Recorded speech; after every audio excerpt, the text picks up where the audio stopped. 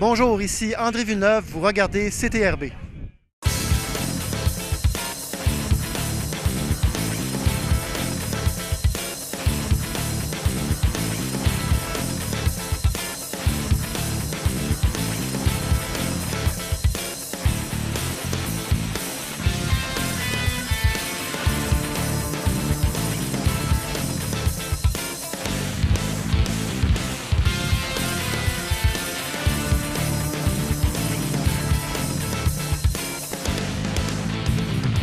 Bonjour, je me trouve présentement en compagnie de Odette Sarrazin des Amis de la Terre de Brandon. Bonjour, madame. Bonjour, Marianne.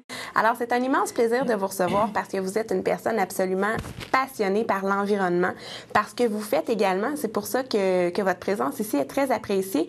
On va départager un peu ensemble aujourd'hui tout ce qui fait votre passion, c'est-à-dire, il y a d'abord, comme je le mentionnais, les Amis de la Terre de Brandon, mais il y a aussi les marchés de solidarité dont vous vous occupez, puis tout un tas d'ateliers qui entourent tout ça.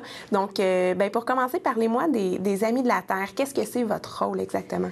Donc, par rapport à mon rôle aux Amis de la Terre, peut-être qu'on y reviendra plus tard là, dans le contexte des Amis de la Terre de Brandon.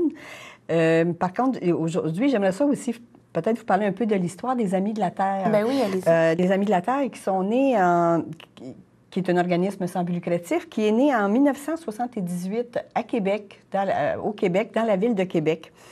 C'est un groupe de personnes de différents niveaux qui se sont réunis pour justement développer une société écologiste qui respecte l'environnement naturel. C'était leur mission, ça, en 1978. Depuis ce temps-là, en 2005, M. André Naud, des Amis de la Terre de l'Estrie, lui, a fondé les Amis de la Terre de l'Estrie en 2005 en se basant sur un document qui était le défi écologiste de Michel Jourdan, un des membres fondateurs, justement, des Amis de la Terre de Québec, en 1978. Donc, il y avait une inspiration à travers tout ça, mais il a voulu aller dans le plus spécifique. C'est ça. Fait que donc, M. Naud, en s'inspirant du défi écologiste, dont il y avait 4 valeurs qui étaient vraiment prônées dans ce manifeste-là, qui était l'autonomie. Est-ce que ce qu'on organise, ce qu'on fait dans la communauté, est-ce que ça favorise l'autonomie ou la dépendance? La démocratie, est-ce que ça peut changer des choses? Est-ce que j'ai un mot à dire, moi, dans les événements ou dans les projets que je veux mettre sur pied? L'équité, est-ce que ça rapporte à la société ou à un individu? Et c'était aussi la diversité, l'importance de conserver des plantes, de conserver aussi des méthodes culturelles, d'aller vraiment dans la biodiversité. Fait que ça, c'était les 4 valeurs de base dont M. Naud s'est servi pour développer, lui, sa mission des Amis de la Terre, qui était assurer l'autonomie alimentaire. Et nous, c'est dans ce contexte-là que nous, on a continué, parce que M. Naud, qui a été l'instigateur de tous les marchés de solidarité au Québec, et donc, à partir de lui, de ce qu'il a mis sur pied, nous, on s'est inspiré grandement de M. Naud pour démarrer notre marché de solidarité, puis les Amis de la Terre dans Brandon. OK. Puis là, on parle de marché de solidarité depuis tantôt. De quelle façon ça se distingue un peu des Amis de la Terre? De quelle façon ça en fait partie en même temps? Parce que c'est un peu difficile là, de départager les deux.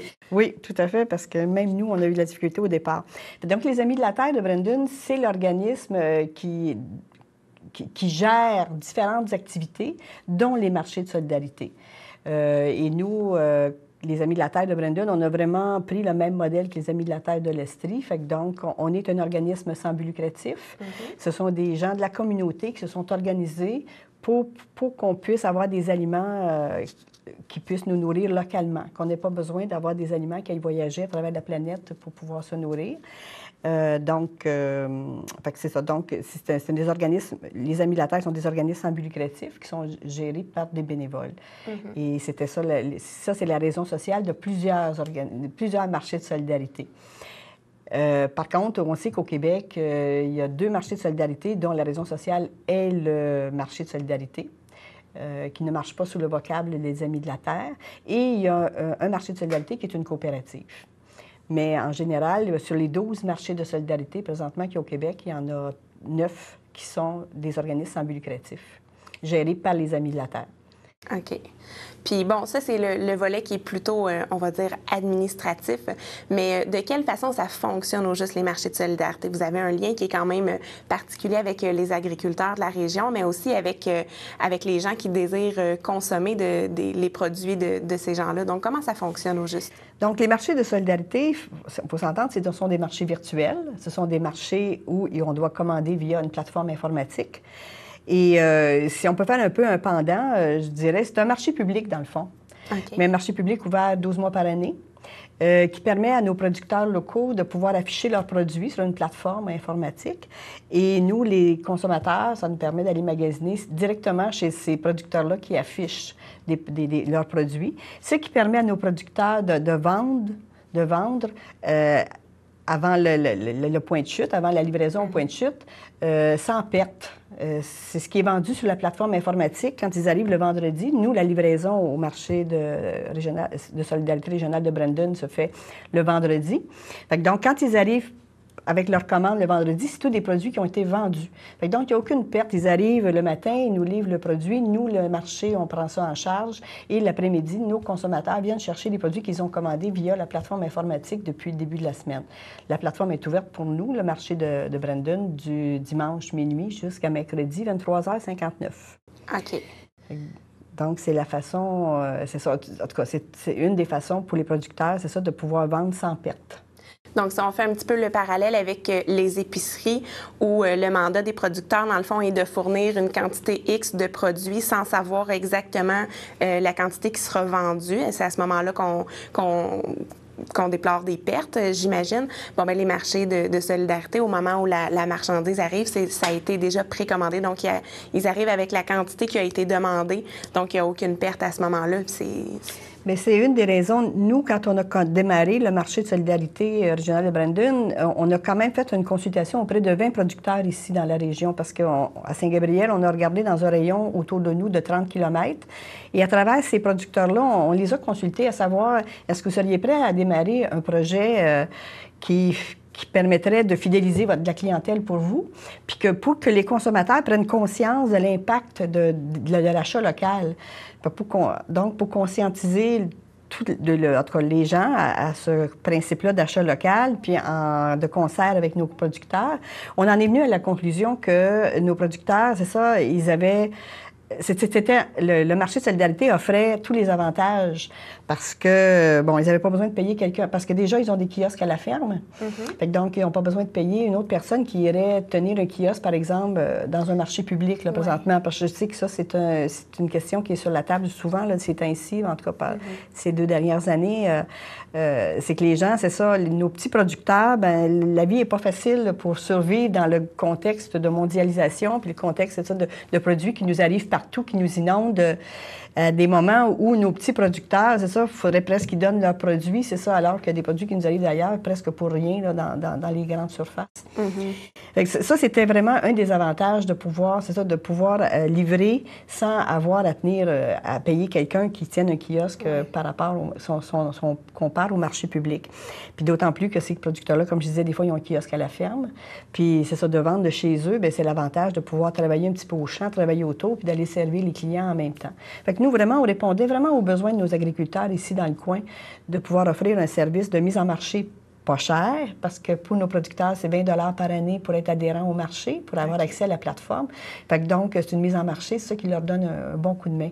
Et ça facilite aussi la mise, en tout cas, les entreprises, les petites entreprises, puis nos jeunes agriculteurs, parce que, en tout cas, nous autres, on est fiers quand même de ça, parce que sur nos marchés, présentement, on a des jeunes maraîchers, on a des jeunes agriculteurs, puis... en tout cas, on espère pouvoir les garder dans nos régions puis les garder avec nous le plus longtemps possible. On comprend bien, bon, évidemment, ce que ça apporte aux producteurs de pouvoir passer par un tel marché pour vendre leurs produits. Mais qu'est-ce que ça apporte aux consommateurs puis aux gens d'ici de consommer local? Puis qu'est-ce que ça apporte aussi à l'environnement de consommer ces produits-là plutôt que justement ceux qui nous arrivent en masse dans les épiceries de partout ailleurs? Il y a plusieurs avantages, dont le transport. Donc, si on pense à l'environnement, par exemple, la diminution des gaz à effet de serre, quand les aliments ont voyagé 20 km pour se rendre au marché, sais, ce n'est pas les milliers de kilomètres que font en moyenne les légumes qu'on achète à l'épicerie, là, si on n'est pas conscient si on ne regarde pas les étiquettes, puis si on ne regarde pas d'où viennent nos produits, il est facile d'avoir des aliments qui nous viennent de plus de 1000, 2000 kilomètres. Ici, avec un marché de solidarité, déjà, la distance, pour ceux qui sont conscients de cet aspect-là, est une diminution du transport, une grande diminution du transport. D'avoir des produits frais. Souvent, les produits sont cueillis le matin même ou sinon la veille. Fait que donc, quand on vous apporte, quand les consommateurs viennent chercher le produit, c'est des produits vraiment là, qui viennent d'être cueillis. Fait que donc, c'est frais. Troisième chose, c'est que les produits, la plupart sont biologiques ou s'ils ne sont pas, ils sont faits avec une conscience écologique. C'est-à-dire qu'on a des producteurs vraiment qui n'ont peut-être pas la certification, mais on sait qu'ils ont un grand soin de produire des plantes sans engrais chimiques, sans pesticides et sans fongicides. Ça, c'est un des aspects. On connaît d'où viennent les produits. On est capable de savoir d'où vient la carotte que je mange, ou d'où vient l'oignon, ou d'où vient la viande, le porc, le canard, ou les produits que j'achète. Je sais d'où il vient, je sais qui le produit. Puis je suis capable aussi de poser des questions, à savoir si c'est pas à mon goût ou si je veux des choses comme nous, on questionne beaucoup présentement par rapport au sel. On trouve que nos saucisses, les producteurs, les gens qui ont des saucisses, on trouve qu'ils sont trop salés. Fait que donc, tu sais, on a dit à nos producteurs, mais c'est-il possible d'avoir des saucisses ou des produits de viande moins salés? Quand on sait qu'aujourd'hui, on a des congélateurs, on peut comprendre qu'il y a des années, quand il n'y avait pas de congélateur ou de réfrigérateur, que les gens, pour conserver leur viande, devaient mettre ça dans des saumures. Mais maintenant qu'on a des congélateurs, on dit, on pourrait-tu diminuer le sel? Effectivement, deux de nos producteurs ont revu leurs produits de saucisses avec moins de sel. Fait que c'est ça, en ayant un contact direct avec nos producteurs, on est capable d'influencer les produits qu'on veut manger. Tu sais, on est capable de donner notre opinion puis d'avoir un retour là-dessus. C'est ce que, comme disait M. No tantôt dans ses valeurs, est-ce que je peux changer quelque chose? Oui, je peux changer quelque chose quand je le veux, puis je suis capable de leur parler, puis on est capable d'avoir une communication puis un dialogue. Bien, absolument, parce que c'est quand même rare en tant que consommateur d'être capable d'avoir ce lien-là, ce contact-là avec le producteur directement, de dire, bien, écoutez, on aimerait avoir telle ou telle modification. C'est quand même quelque chose d'assez inusité là, de voir, puis de voir aussi les producteurs qui sont ouverts à ces commentaires-là, puis de les voir réagir par rapport à ça, puis d'offrir un produit qui est vraiment... Qui correspond vraiment à la demande du consommateur. C'est quand même un lien qui est assez privilégié puis qu'on souhaite entretenir. Là. C'est ça. Puis en plus, bien, c'est ceux qui veulent tester des fois des produits, qui veulent faire de la mise en marché pour un produit. Avec nous, c'est facile. Tu sais, on peut amener un produit puis le faire goûter. Justement, cette semaine, on va faire goûter du pain parce que là, on a un problème présentement de boulangerie dans notre région. C'est ça, on avait des producteurs, des boulangers, des transformateurs, des boulangers, mais en tout cas, pour X, Y, Z raison, ils ont dû quitter leur métier, si on peut dire. En tout cas, de fournir au marché. En tout cas, ils nous ont quittés. Là, c'est ça, il y a un jeune transformateur qui, lui, décide de nous faire du pain. Fait que là, donc, il va tester le pain vendredi. Il va faire 3 sortes de pain. Les clients qui vont venir vont pouvoir goûter à ces pains, donner leurs commentaires, voir qu'est-ce qu'ils aiment moins. Est-ce qu'on poursuit dans cette veine-là? Est-ce qu'on peut penser d'aller plus loin, puis peut-être que lui, se développer une petite entreprise? Fait que c'est tout ça, les marchés de solidarité. C'est une ouverture à tous les projets que les gens peuvent avoir, puis on leur offre cette possibilité-là. En tout cas, on espère que notre boulanger, notre expérimentateur, va avoir de bons résultats puis qu'on va aimer ses pains. Parce que, en tout cas, nous, on a comme principe qu'un marché sans boulanger, c'est pas un vrai marché. Fait que ça nous prend absolument un boulanger.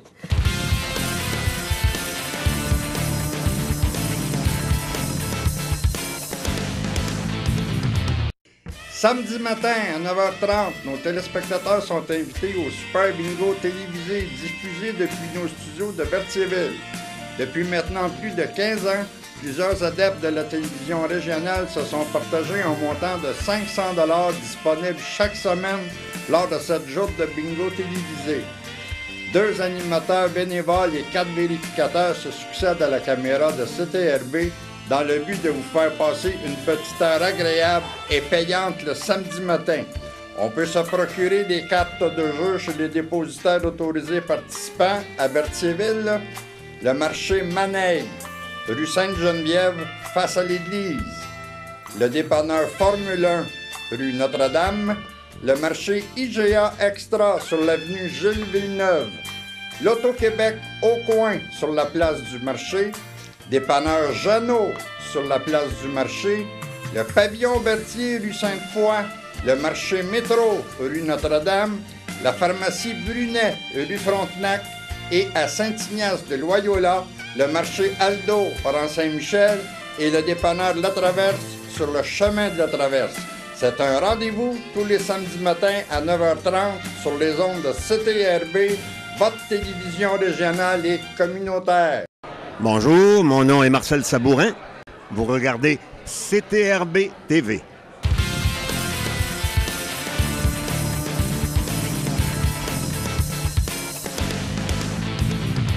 En tout cas, le mot solidarité a vraiment bel et bien sa place dans les marchés de solidarité dont vous faites partie.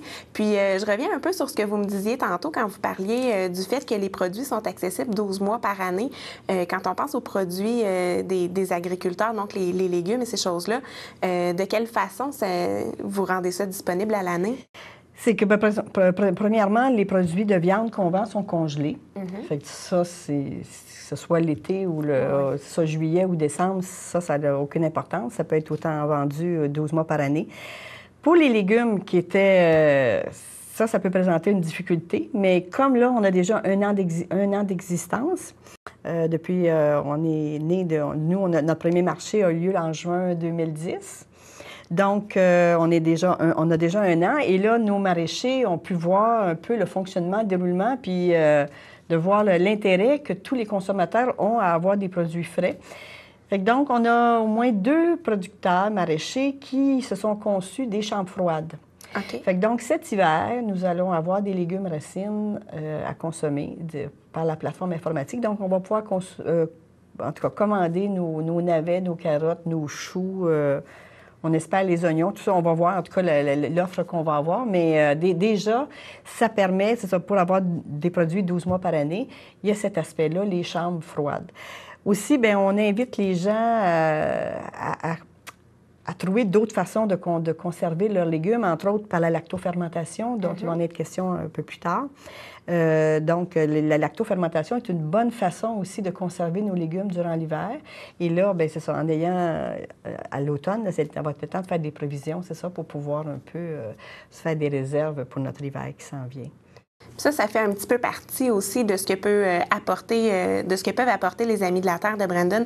C'est-à-dire que vous offrez différents ateliers comme ça d'informations à savoir comment conserver nos produits, justement, sans faire des provisions, comment les conserver pour en avoir à l'année. Ça fait partie un peu du mandat aussi. Ça fait partie du mandat et on commence. L'année passée, on a fait notre première expérimentation, c'est ça, avec les légumes de conservation par lactofermentation.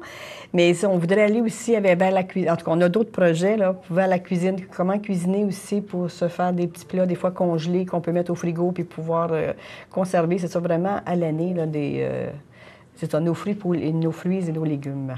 Mais vous avez aussi, depuis peu, en fait, les produits Croque ta campagne qui sont axés vers ça, justement, la possibilité de consommer ces produits-là à l'année en les transformant directement chez nous, là. Bien, c'est ça. Ça, c'est un autre projet des Amis de la Terre, à savoir que on s'était rendu compte l'année passée, en discutant avec nos maraîchers, que des fois, il y avait une surproduction, une surabondance de choux-fleurs ou de haricots ou je ne sais quels légumes, les années n'étant pas pareilles. Le climat aussi. Donc, il y avait une surabondance de produits. Puis là, les gens disaient, bien, je peux pas rien faire avec. J'en ai congelé pour ma famille ou j'ai fait certaines préparations pour ma famille, mais tu sais, le restant, ben, c'est resté dans le champ, là, tu sais. Fait que nous, on s'est dit, bien, comment pourrait-on faire en sorte que, tu sais, qu'on récolte, qu'on ait ces produits-là, qu'on pourrait offrir durant l'hiver? Fait que de là est né le projet de la cuisine de transformation collective qu'on a présentement, là, qui est en marche depuis à peu près un mois.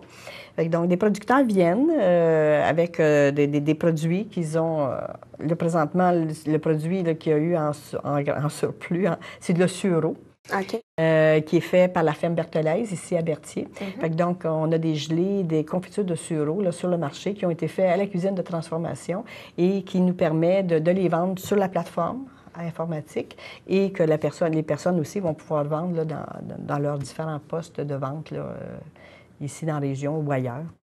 Donc, cette cuisine-là, elle est nouvelle pour permettre aux producteurs d'éviter les pertes, donc en utilisant les produits qu'ils ont en surplus, en les transformant et tout ça. Mais cette cuisine-là, elle est certifiée, là, elle est conforme. Bien, c'était ça la problématique avec que les producteurs devaient faire face, c'est que pour pouvoir vendre sur la plateforme informatique et pouvoir vendre ailleurs que dans leur ferme, bien, il fallait une cuisine conforme, certifiée conforme aux normes du MAPAC, du ministère de l'Agriculture, des Pêcheries et de l'Alimentation. Et il fallait aussi que les gens se procurent un permis. Et c'est ça, comme l'agriculteur, s'il y avait juste ce chou-fleur-là à mettre en conserve ou en congélation, bien, aller chercher un permis, aller dans une cuisine, c'était compliqué. Fait que nous, on offre ça à nos producteurs. Là, on est dans notre première année d'expérimentation. On va voir comment ça va, qu'est-ce qui va arriver par la suite avec ça. Mais présentement, en tout cas, c'est apprécié. C'est que là, c'est ça, si les gens ont des surplus, tout de suite, ils peuvent venir faire la congélation directement au marché, prendre leurs légumes, venir, comme il y a eu des haricots là, qui vont être mis sur le marché cet hiver, parce que là, il y a déjà eu une première cuvée, si on peut dire, de haricots là, qui a été blanchie, qui a été congelée, tout ça. Fait que donc, ça devrait être sur le marché. Il y a des qu'il y a de la relish aussi, il y a eu des concombres là, qui ont été faits. Fait que ça, c'est des produits qui vont éventuellement là, arriver sur la plateforme informatique pour être vendus, puis pour qu'on ait, c'est ça, des produits toute l'année là, en vente, là, puis qu'on ait une meilleure offre de produits locaux. Puis bon, on a fait le tour de tous ces produits-là, des Amis de la Terre, des marchés de solidarité. Vous, personnellement, Mme Sarrazin, votre rôle à travers tout ça, c'est quoi? Parce que vous êtes quand même une personne ressource à travers tout ça. Expliquez-nous un peu, c'est quoi votre rôle personnellement à travers ça? Donc, moi, bien, c'est ça. Je suis présidente des Amis de la Terre de Brandon. J'ai ce rôle-là parce que je suis une personne retraitée et beaucoup des membres de mon CA, bien, ce sont des travailleurs. Fait que donc, ayant plus de disponibilité, ça, j'ai pris ce rôle-là de présidente des Amis de la Terre. Mais parce que aussi, c'est ça, l'environnement, pour moi, ça fait partie de ma vie, ça fait partie de ma raison de vivre, presque. On n'ira pas peut-être aussi loin, mais quand même, c'est que, je veux dire, l'écologie, ce mot-là m'a... Parce que j'ai suivi un cours avec Mme Lucie Sauvé à l'Université du Québec. J'ai pris le cours en éducation relative à l'environnement avec Mme Lucie Sauvé, qui, pour elle, écologie, nous a défini c'était quoi écologie. Puis ça, j'ai trouvé que ça me convenait parfaitement bien. Et c'était pour ça que en tout cas, ça donnait une motivation, mon implication. Parce que éco, ça vient de oikos, ça veut dire maison. Okay. Fait que donc, écologie, c'est s'occuper de la maison, connaître notre lieu où on vit, comme dans quoi nous sommes là, comme êtres vivants. Mm-hmm. Fait que donc, on peut mettre notre lieu très, très proche, dans notre entourage proche, mais ça peut être notre village, ça peut être notre région, puis on peut extrapoler jusqu'à notre planète. Fait que donc, en ayant ce mot-là en tête, en le comprenant puis en le vivant, écologie puis économie, ça veut dire gérer notre maison de vie. Fait que comment la gérer, comment voir que tout ce système-là autour de nous, les plantes, les humains qui nous entourent, la terre, tous les éléments qui sont là, bien, contribuent à notre bien-être et qu'on puisse aussi, c'est ça, vivre dans une harmonie avec tout le monde, puis avec tout ce qui entoure cette maison de vie-là. Fait que donc, moi, ça a été ma grande motivation à m'investir dans ce projet-là. Et parce qu'il y avait des gens motivés autour de moi aussi. Il faut dire que on n'est jamais tout seul dans ces grands projets-là, parce que pour moi, je trouve que c'est un grand projet. Et c'est ça, en étant bien entouré et tout ça, c'est ce qui m'a amené, c'est ça, à m'investir dans ce projet-là, puis à m'y donner à fond, parce que je pense que chaque petit geste que chaque personne va poser sur la planète, ça peut juste améliorer les choses. Et ça, je trouve ça très intéressant ce que vous dites parce que vous nous donnez la raison de vos disponibilités, mais je pense que en vous regardant puis en vous écoutant, ce qui nous vient en tête, c'est que votre engagement vient surtout de votre passion. En tout cas, moi, je le ressens. Puis quand vous parlez des petits gestes que chacun peut poser, ben moi, ce que je considère de ces marchés-là, des Amis de la Terre et tout ça, ben c'est que pour les gens qui n'auraient peut-être pas l'initiative ou la disponibilité, comme vous dites, d'entamer ou d'engager d'aussi grands projets, je pense que le fait de se tourner vers ces organismes-là et d'y participer, que ce soit en consommant ou encore en y participant en tant qu'agriculteur, bien, je pense que ça en fait partie, ça, des petits gestes que chacun peut poser pour aider notre environnement, pour aider la Terre. On y pense souvent et de plus en plus avec tout ce qui se passe. On en entend de plus en plus parler de l'environnement, de l'écologie. Je pense que les gens se sentent un peu restreints dans les gestes qu'ils peuvent poser. On a l'impression que le problème est tellement grand qu'on se doit de poser d'énormes gestes pour faire une différence, mais au contraire, des petits gestes comme d'encourager justement les producteurs locaux en encourageant aussi les faibles coûts de transport, bien, ça encourage justement l'environnement, ça donne un coup de pouce, puis n'importe qui est juste assez averti puis au courant de ces ressources-là qu'on a, bien, peut faire une différence en y participant. Donc, c'est ça. Puis une grande différence, c'est que c'est le petit geste qu'on pose, c'est qui a été posé par beaucoup d'autres avant nous. On fait peut-être le geste qui fait la différence dans la vie, peut-être d'un agriculteur, dans le choix d'un jeune de rester peut-être en milieu agricole, de conserver du territoire agricole, parce qu'on sait que le territoire agricole est menacé tout le temps.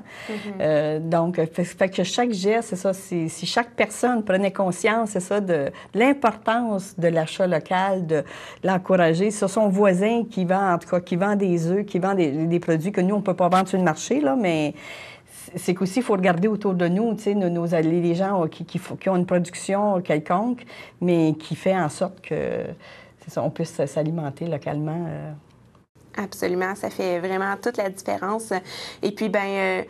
là-dessus, je vais vous remercier, en fait, de tout ce que vous nous offrez. Et puis, bien, si vous, par vos gestes, par votre marché de solidarité, par votre engagement et votre passion, bien, vous nous apportez l'opportunité de faire la différence dans l'environnement, bien, je pense que nous, c'est notre travail en tant que citoyens, que consommateurs surtout, d'être avertis, d'être conscients de tout ça. Et puis, si le travail des médias, ça aura été de conscientiser quelques personnes supplémentaires, bien, je pense qu'aujourd'hui, en vous recevant puis en vous rencontrant, on aura fait cette part-là du chemin. Puis on est toujours, c'est ça, intéressés à recevoir vos commentaires. Si vous voulez communiquer avec nous, n'hésitez pas, www.marchebrandon.org, notre numéro de téléphone 450-760-5746. Et c'est ça, puis vous dire qu'il y a déjà 2 autres marchés dans la Naudière aussi, 2 autres marchés de solidarité dont on n'a pas eu le temps de parler, mais il y en a un qui ouvre le 30 septembre le prochain à Rawdon. Bien, c'est super. Alors, on vous remercie encore une fois d'avoir été là, d'avoir partagé toute votre passion puis votre enthousiasme. Ça a été vraiment très intéressant. Bien, merci, Marianne. Merci.